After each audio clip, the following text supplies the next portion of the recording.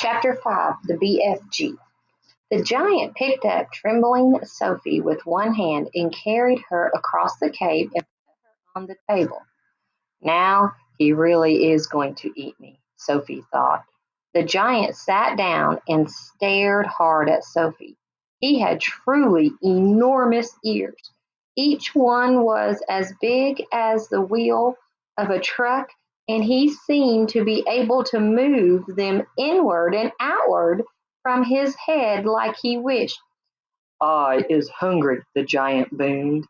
He grinned, showing massive square teeth. The teeth were very white and very square as they sat in his mouth like huge slices of white bread. Please, don't eat me," Sophie stammered. The giant let out a bellow of a laugh. "Huh, just because I is a giant, you think I is a man gobbling cannibal?" he shouted. "You is about right. Giants is all cannibally and murderful, and they does gobble up human beings. We is in giant country now. Giants is everywhere around. Out there, us has the famous bone-crunching giant.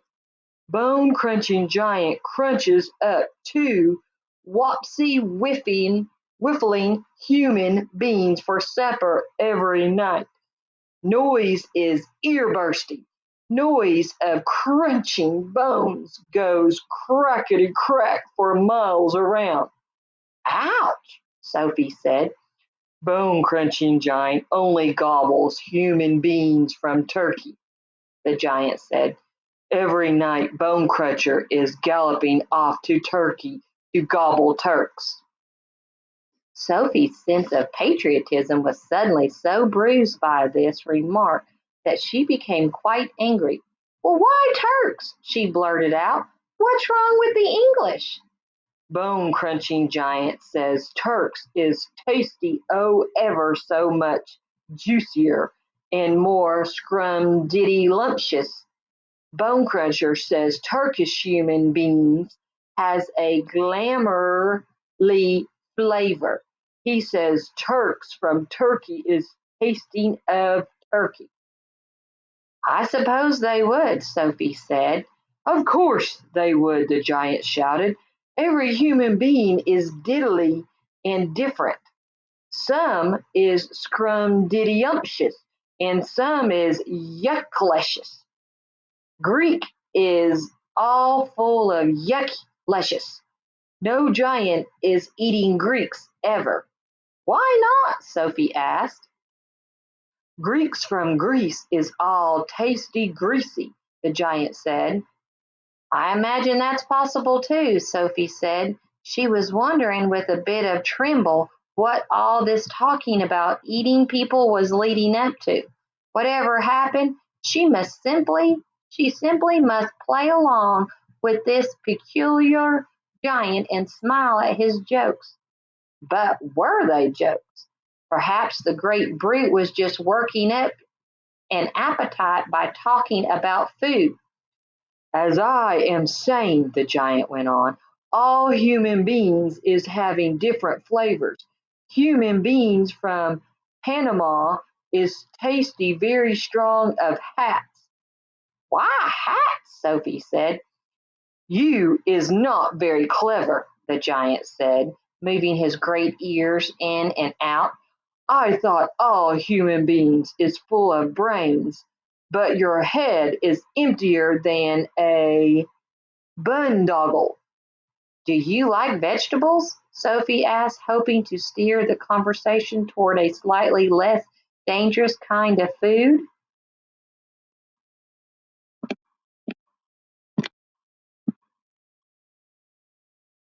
"You is trying to change the subject," the giant said sternly.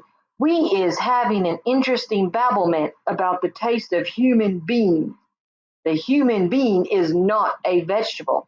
"Oh, but the bean is a vegetable," Sophie said. "Not the human being," the giant said. "The human being has two legs, and a vegetable has no legs at all.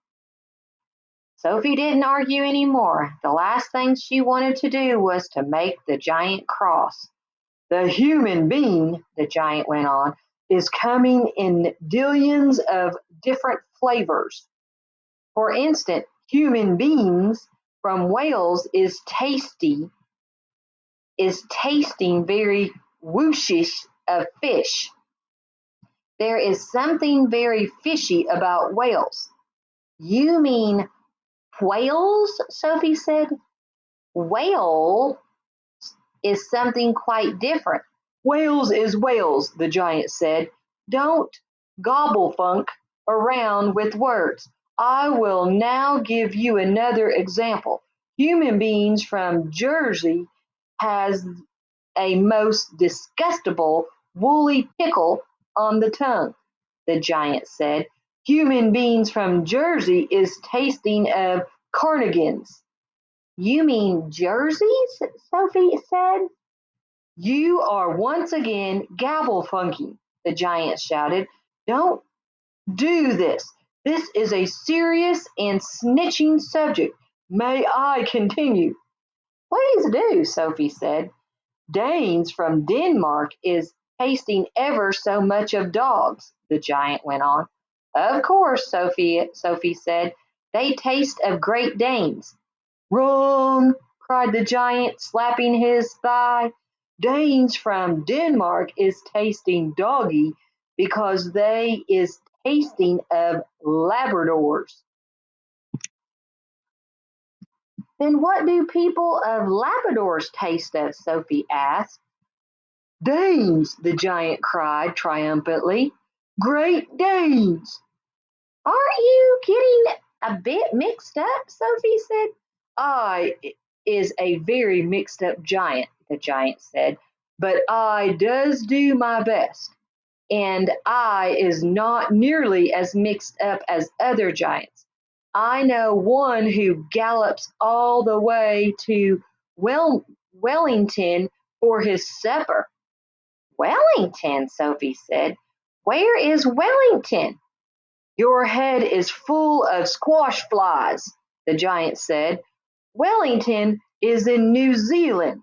The human beings in Wellington has an especially scrumdiddlyumptious taste, so says the welly eating giant. What do the people of Wellington taste of? Sophie asked.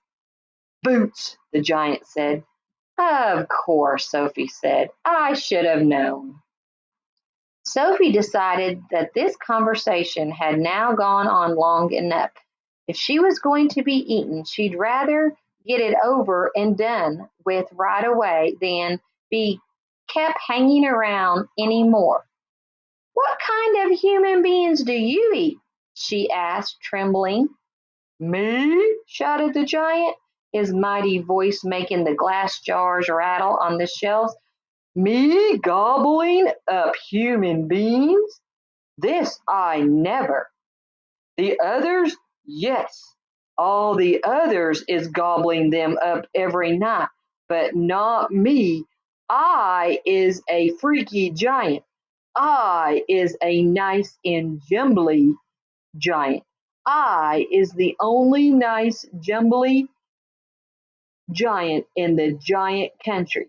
I is the big friendly giant. I is the BFG. What is your name?